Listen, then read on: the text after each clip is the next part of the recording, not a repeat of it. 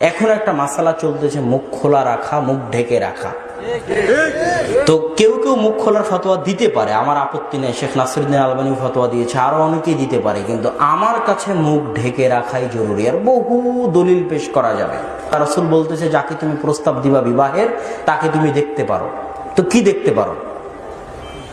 যাকে আপনি বিবাহের প্রস্তাব দিবেন তার আপনি কি দেখতে পারেন? শুধু মুখ।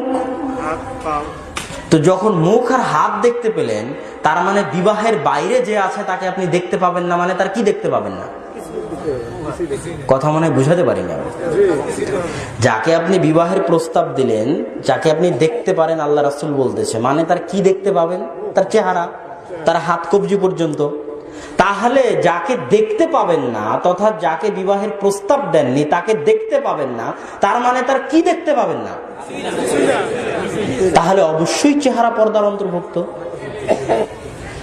একজন বৃদ্ধা মহিলার ক্ষেত্রে আল্লাহ রাসূল পর্দার ছাড় দিয়েছে, যে তার পর্দা করার প্রয়োজন নাই, সে কাপড় রাখতে পারে। তার মানে কি রাখতে পারে?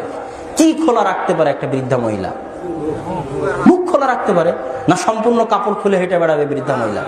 কি বুঝেন আপনি হাদিস থেকে? একজন বৃদ্ধা মহিলার পর্দার প্রয়োজন নাই, তার মানে তার কি দেখা যেতে পারে? তার চেহারা দেখা যেতে পারে। তার মানে যে বৃদ্ধা নয়, তার কি দেখা যাবে না? তার চেহারা দেখা যাবে না। এরকম শত দলিল পেশ করা যাবে যেগুলো প্রমাণ করে যে চেহারা ঢেকে রাখতে হবে, চেহারা পর্দার অন্তর্ভুক্ত। এর উপর আলাদা আরেকদিন বিষয়ভিত্তিক আলোচনা পেশ করার চেষ্টা করব ইনশাআল্লাহ। এখন এখানে যেটা বলতে চাচ্ছিলাম, পরিবার যখন বেড়ে গেল, পিতা আছে, মা আছে, ভাইয়েরা আছে, তখন পরিবারের সবচেয়ে গুরুত্বপূর্ণ কাজ হচ্ছে পর্দার হেফাজত করা। আপনি আপনার ভাবিকে দেখতে পাবেন না, কেননা আজ আপনার ভাই আপনার ভাবিকে তালাক দিলে কাল ইদ্যত পালনের পর আপনি আপনার ভাইয়ের বউকে বিবাহ করতে পারবেন। আপনি আপনার চাচিকে দেখতে পাবেন না, আপনার মামিকে দেখতে পাবেন না। আপনার চাচি আপনার মামি আপনার থেকে পর্দা করবে। কেন? আপনার মামা আপনার মামিকে তালাক দিলে, আপনার চাচা আপনার চাচিকে তালাক দিলে ইদ্যত পালনের পর আপনি আপনার মামি আপনার চাচিকে বিবাহ করতে পারবেন।